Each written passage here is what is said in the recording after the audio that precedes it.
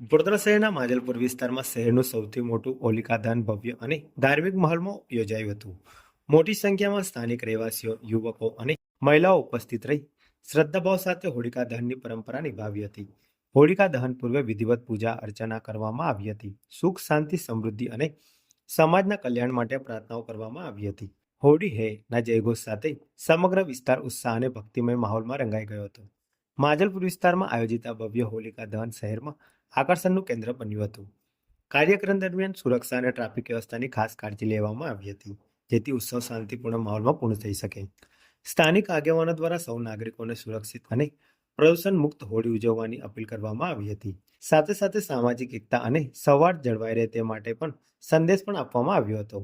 ઉત્સાહ, ભક્તિ અને એકતાના સંદેશ સાથે માજલપુરમાં હોલિકા દહનનો કાર્યક્રમ સફળતાપૂર્વક પૂર્ણ થયો હતો.